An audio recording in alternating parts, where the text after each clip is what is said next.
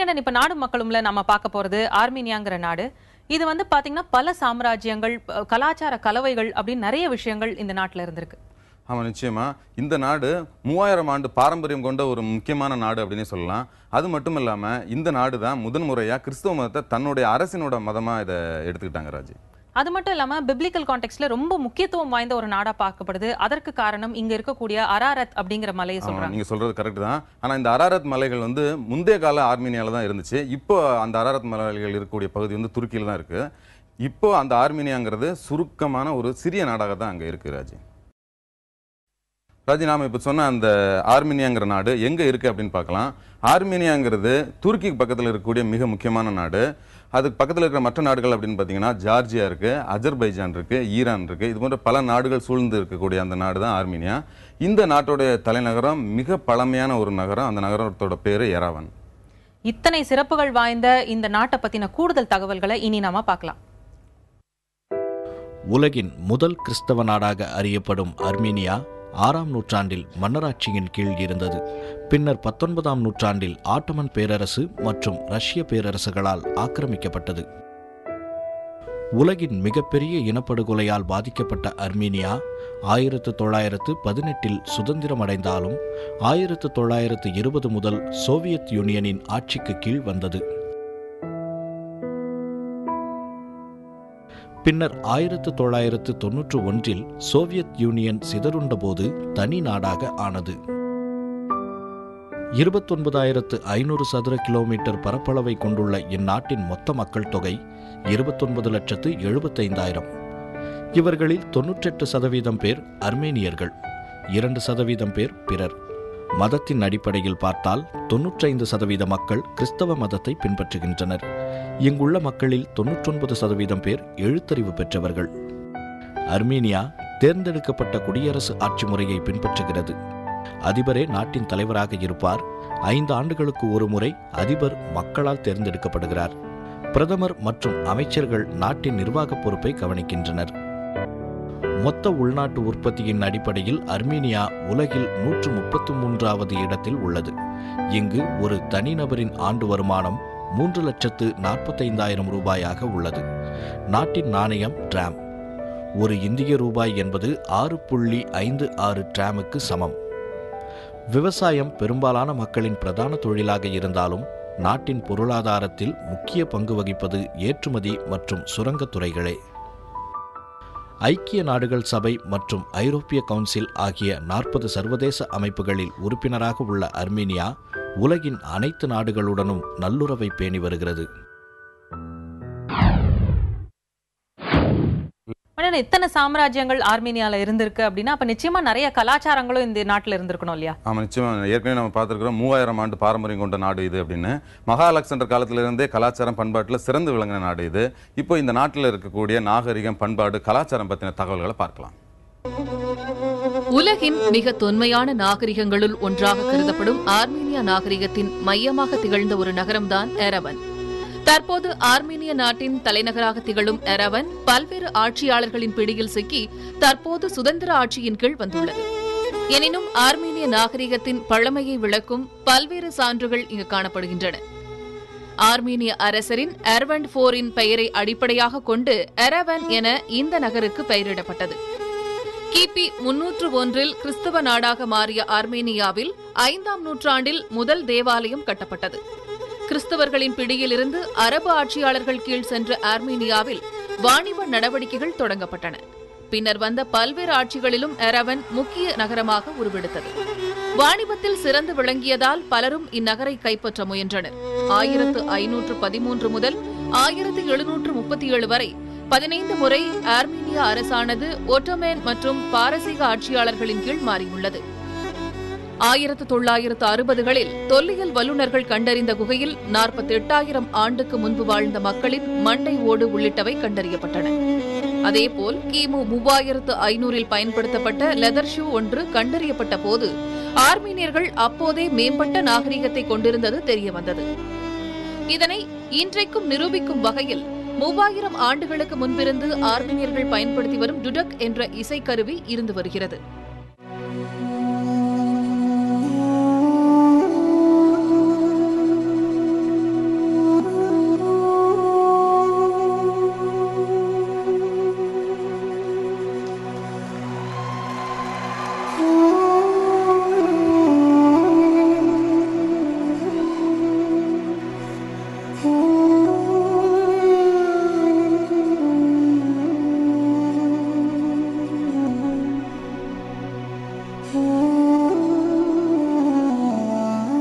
முதலில் எலும்புகளால் உருவாக்கப்பட்ட இந்த இசைக்கருவி தற்போது மரத்தால் தயாரிக்கப்படுகிறது. இந்த கருவியின் இசையை யுனெஸ்கோ அமைப்பானது மனிதகுலத்துக்கு கிடைத்த உணர்வுபூர்வமான இசை வடிவங்களுள் ஒன்றாக அறிவித்துள்ளது. இன்றும் ஆர்மீனிய நாகரிகத்தின் தொன்மையான அடையாளமாக பார்க்கப்படுகிறது டுடக்.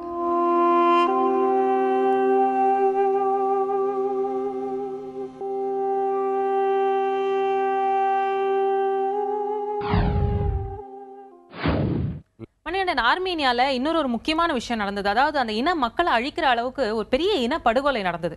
ஆமா, இது கூட அந்த விரிந்த ஆர்மீனியால தான் நடந்துச்சு. அப்போ கிட்டத்தட்ட இதுல ஒரு 15 லட்சம் பேர் கொல்லப்பட்டதான தகவல் கூட போயிருக்கிறாஜி. அதாவது முதலாம் உலக போர் நடந்த அதே காலகட்டத்தில் இது நடந்ததுனால அந்த போர்வையின் கீழ் இந்த இனப்படுகொலை மறைஞ்சிருச்சு அப்படின்னு சொல்லலாம். இன்ற அளவிலும் துருக்கி அரசு இது இனப்படுகொலை அப்படிங்கறத ஏற்க மறுத்துக்கிட்டு வராங்க. முதலாம் உலகப் போர் நடைபெற்ற காலத்திலும் அதற்கு பிறகும் நிகழ்ந்த கோரமான நிகழ்வு இன்றும் வரலாற்றின் பக்கங்களில் வடுக்களாக பதிவாகியுள்ளன. ஆர்மீனிய இன ஆண்கள் கொலை, பெண்கள் குழந்தைகள் நாடு கடத்தப்படுவது என்று இழைக்கப்பட்ட கொடுமைகள் இன்றும் ஆர்மீனிய பெருங்குற்றமாக கருதப்படுகிறது. சிறுபான்மையின குடிமக்கள் மீது ஒட்டோமான் அரசு திட்டமிட்டு நிகழ்த்திய இனப்படுகொலையில் 10 to 15 லட்சம் பேர் வரை கொல்லப்பட்டிருக்கலாம் என்று கணக்கிடப்பட்டுள்ளது. இவர்களைப் போலவே பிற சிறுபான்மையின மக்களும் கொல்லப்படுவதற்கு குறிவைக்கப்பட்டதாக கூறப்படுகிறது. காரணம், அவர்களும் கொல்லப்பட்ட ஆர்மீனியர்களும் இனப்படுகொலை திட்டத்தின்படி ஒன்றுபோல நடத்தப்பட்டதாக வரலாற்று ஆசிரியர்கள் கருதுகின்றனர். நவீன சமுதாயத்தில் நடத்தப்பட்ட முதல் இனப்படுகொலையாக இந்த சம்பவம் நினைவு கூறப்படுகிறது. ஆர்மீனிய மக்களை அடியோடு ஒழிக்க வகுக்கப்பட்ட முறையான திட்டமாக இது இருந்தது என்பதால் வல்லுநர்கள் தொடர்ந்து இந்த கோர நிகழ்வுகளின் பதிவுகளை ஆராய்ந்து வருகின்றனர். இனப்படுகொலை என்ற சொல்லே இந்த சம்பவம் உணர்த்திய அதிர்ச்சிகளில் இருந்துதான் உருவாக்கப்பட்டதாக சொல்லப்படுகிறது. கான்ஸ்டான்டினோப்பிளில் இருந்த சமூக தலைவர்களும் அறிவார்ந்தவர்கள் என்று நூற்றுக்கணக்கானோரும் 1915 ஏப்ரல் 24 ஒட்டோமான் ஆட்சியாளர்களால் கைது செய்யப்பட்டனர். பாமரர்களின் நிலைமை கேட்க முடியாத அளவிற்கு கொடூரமாக அமைந்தது. இராணுவத்தால் தற்போதைய துருக்கி நாட்டில் வாழ்ந்து வந்த ஆர்மீனிய மக்கள் வீடுகளில் இருந்து வெளியேற்றப்பட்டு நூற்றுக்கணக்கான மைல்களுக்கு உணவோ நீரோ இன்றி நடத்தியே தற்போதைய சிரியா பாலைவனம் வரை கொண்டு செல்லப்பட்டனர். கருணை என்பது பெயரளவில் கூட இல்லாத இந்த துயர சம்பவத்தில் அனைத்து வயதினரும் கொல்லப்பட்டதுடன் பெண்கள் மீது இழைக்கப்பட்ட பாலியல் வன்கொடுமைகள் மற்றொரு வேதனை என்பதையும் பதிவு செய்தது வரலாறு. ஆனால் இவற்றை ஒட்டோமான் அரசு இனப்படுகொலை என்பதை ஏற்க மறுத்தது. தற்போது வரை இன்றைய ஆட்சியாளர்களுக்கும் கூட இதை இனப்படுகொலை என்று ஏற்று நியாயம் வழங்க நிர்பந்தம்தான் செய்ய வேண்டியிருக்கிறது. இதை 22 நாடுகள் அதிகாரப்பூர்வமாக அங்கீகரித்துள்ளன. ராஜி, இந்த ஆர்மீனியர்கள் உலகத்தினோட பல நாடுகளுக்கும் சென்றிருக்காங்க. அது மட்டும் இல்லாமல் இவங்க பெரும்பாலும் காலனி ஆதிக்கத்தை பரப்புறதுக்காக போகல, பெரும்பாலும் வியாபார நோக்கத்துக்காக தான் அவங்க போயிருக்காங்க. ராஜி, இப்ப வியாபார நோக்கம்னா அப்ப நிச்சயமா அவங்களோட பார்வை இந்தியா பக்கமும் இருந்திருக்கணும் இல்லையா? அவங்க நிச்சயமா இந்தியாவில் பல பகுதிகளிலும் பரவி இருக்கிறாங்க. ஏன் நம்மளோட சென்னையிலேயே கூட அவங்க பல தடயங்களை விட்டு சென்றிருக்காங்க. குறிப்பா சென்னையின் சைதாப்பேட்டையில் இருக்கக்கூடிய ஒரு மிக முக்கியமான பாலம் ஆர்மீனியரால் தான் கட்டப்பட்டது.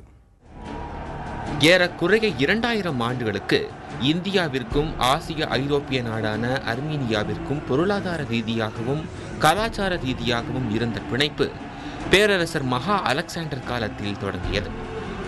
4ஆம் நூற்றாண்டில் அலெக்சாண்டர் தனது எல்லைகளை விரிவுபடுத்த இந்தியா நோக்கி வந்த சமயம் அவரது படையில் இணைந்த அர்மீனியர்கள்தான் ஆசிய ஐரோப்பிய பகுதியில் இருந்து இந்தியா வந்தடைவதற்கான வழித்தடத்தையும் இந்தியாவின் பொருளாதார அரசியல் சூழ்நிலைகளையும் கலாச்சார வளமையும் அறிந்து இவ்விரண்டு நாடுகளுக்கு இடையிலுமான உறவிற்கான அடித்தளம் இட்டவர்கள். இந்தியாவின் பல பகுதிகளில் தங்கள் தடங்களை பதித்த அர்மீனியர்கள் 7ஆம் நூற்றாண்டின் மத்தியில் கேரள எல்லையில் தங்கள் வியாபார தொடர்புகளை நிறுவியதன் மூலம் தென்னிந்தியாவிலும் தங்கள் சுவடுகளை பதிக்க தொடங்கினர். அப்படி சென்னையில் அர்மீனியர்கள் விட்டுச் சென்ற வரலாற்று சின்னங்கள் இன்றும் நிமிர்ந்து நிற்கின்றன. தற்போது சென்னை பாரிஸில் உள்ள அர்மீனியன் நகரில் இருக்கும் கன்னிமாதா ஆலயம் 1712ஆம் ஆண்டு ஆர்மீனியர்களால் கட்டப்பட்டது. 1712ஆம் ஆண்டில் கட்டப்பட்டு 1772ஆம் ஆண்டில் புதுப்பிக்கப்பட்ட இந்த ஆலயத்தின் சிறப்பம்சம் இங்கிருக்கும் 6 பெரிய மணிகள். ஒவ்வொரு ஞாயிற்றுக்கிழமையும் சரியாக காலை 9:30 மணிக்கு இந்த 6 மணிகளும் அடிக்கப்படுகின்றன. இந்த மணி ஒன்றில் தமிழ் எழுத்துக்களும் பொறிக்கப்பட்டுள்ளன. இதேபோல் இன்றும் நம் கண்முன் இருக்கும் மற்றொரு சின்னம் சைதாப்பேட்டை அருகே அடையாறு ஆற்றின் வட தென்கரைகளை இணைக்கும் இன்றைய மறைமலை அழிகள் பாலம். 1728ஆம் ஆண்டு அர்மீனிய வணிகர் கோஜா பெட்ரஸ் உஸ்கானால் கட்டப்பட்டது இந்த பாலம். 8ஆம் நூற்றாண்டில் அருகில் இருந்த மாம்பலம் பகுதியின் பெயரினை தழுவி மர்மலாங் என்று பெயரிடப்பட்ட இந்த காலம் அன்றைய காலகட்டத்தில் 1 லட்சம் ரூபாய் செலவில் கட்டப்பட்டது. இப்படி சென்னையில் இன்றும் அங்கொன்றும் இங்கொன்றுமாக ஆர்மீனிய சின்னங்கள் காணப்பட்டாலும் ஒரு ஆர்மீனியர் கூட தற்போது சென்னையில் இல்லை என்பதுதான் புள்ளி விவரங்கள் கூறும் உண்மை.